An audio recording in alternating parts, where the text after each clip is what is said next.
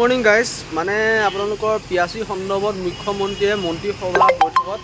কেইটামান কথা কয় সো সেইটো আপোনালোকৰ বস্তুটো ভিডিঅ' যোনটো ক্লিপছটো মই ক্লিপছটো আপোনালোকৰ ডাউনলোড কৰি থৈ দিছোঁ আপোনালোকক শুনাম কি কয় কাৰণ যেহেতু অফিচিয়েলি নটিছ অহা নাই সেইকাৰণে মানে মই ফিক্সটো ক'ব পৰা নাই অফিচিয়েলি নটিছ আহিলে বেলেগ কথা আৰু মুখ্যমন্ত্ৰী ছাৰে কি কয় আপোনালোকে শুনি লওক তেতিয়া গম পাব পিয়াৰচিখন লাগে নে নালাগে আপোনালোকে নিজে নিজে ডিচাইড কৰিব পাৰিব সো আপোনালোকক মই মুখ্যমন্ত্ৰী ছাৰৰ হেৰিটো বাৰ্তাটো যোনটো কৈছিলে আপোনালোকৰ নিউজত সেই নিউজৰ আপোনালোকৰ বাৰ্তাটো শুনা আপোনালোকে নিজে তেতিয়া গম পাব যে পিয়াৰচিখন দৰকাৰ নে লাগিব নে নালাগে আপোনালোকে নিজে নিজে আপোনালোকে ডিচাইড কৰিব সো আপোনালোকে নিউজটো শুনি লওক এই কাৰণে আমি এটা ডমিসাইল ৰুল এটা ডমিসাইল পলিচি এটা আমি বনাই আছো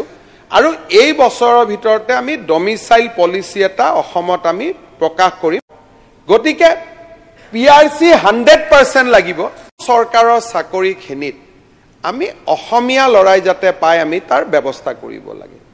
যাতে তাত আৰু কোনো ধৰণৰ বাহিৰৰ পৰা মানুহ আহিব নোৱাৰে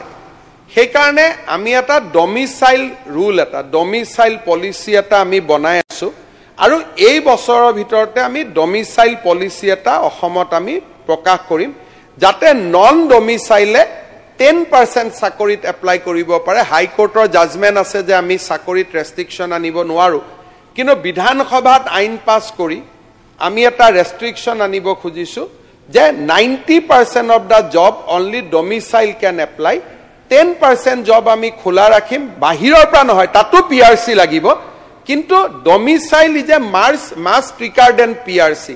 আজি হৈছে পিআৰচি থাকিলেই সব এপ্লাই কৰিব পাৰে অসমত 2 বছৰ আহি থাকিলে পিআৰচি পাব পাৰে গতিকে পিআৰচি 100% লাগিব কিন্তু 90% ডমিসাইল হ'ব লাগিব আমি এটা আদাৰ লাইনত আমি যাব খুজিছো যেটো খুব ষ্ট্ৰিক্ট এটা ডেফিনেশন হ'ব এই বছৰৰ শেষৰ ফালে আমি ষ্টেট ডমিসাইল পলিচি আমি লম দল সংগঠন সকলৰ লগতো আমি কথা পাতিম তেতিয়া গ্ৰেড 3 গ্ৰেড 4 ক্লাছ 1 ক্লাছ 2 অসমৰ চাকৰিখিনি আমি ৰিং ফেন্স কৰি ল'ব পাৰিম যে অসমৰ চাকৰিখিনি যাতে ৰিং ফেন্স হৈ থাকে এমপ্লয়মেন্টৰ ক্ষেত্ৰত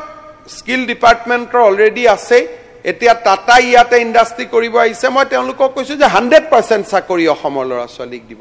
তাত 80% শব্দটো কোৱা দৰকাৰে নাই কাৰণ যদি আমাৰ ল'ৰা থাকুতে বাহিৰৰ পৰা আহাটো কোনো কথা নাই